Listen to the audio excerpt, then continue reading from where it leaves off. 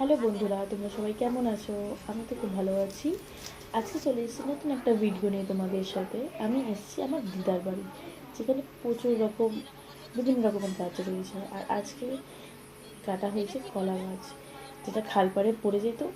দিদা বললো, না না, কলা গাছটা কেটে নি, নাহলে খালপাড়ে পড়ে গেলে তখন থেকে আর মোজা বের করতে পারবো না।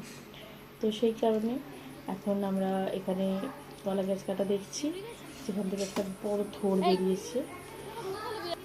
থোড় না, সরি, মোচা। আমি গন্ডগোল করি থোড় আর মোচায়। আজকে এখন থোড় কাটা, থোড়ের জন্য এখন কলা গাছ কাটা চলছে। মোচা অলরেডি নিয়ে নিয়ে রেখে দিয়েছে, যেটা আমি প্রথমে দেখালাম। আর দেখুন এখানে থোড়টা কীভাবে বের করবে। আমি ফার্স্ট টাইম দেখছি, এর আগে কখনো দেখিনি। দিদার বাড়ি এসে দিদা কাটছে, আর পাশে এক ঠাকুমা আর মামা দিদার হেল্প করছে। আমার ভিডিও কেমন লাগে তোমরা আমাকে জানাবে অবশ্যই। আর প্লিজ সাবস্ক্রাইব করতে ভুলবেন না আমার চ্যানেল এজি ব্লগ।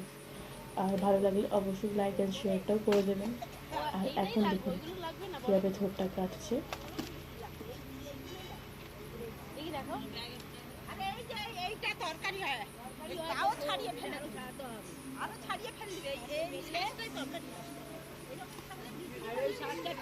আমার দিদা আমাকে বোঝালো যে এইরকমভাবে থোড়টা বেরায়। আমারও খুব ভালো লাগলো দেখে। তোমাদের কেমন লাগলো অবশ্যই জানাবে।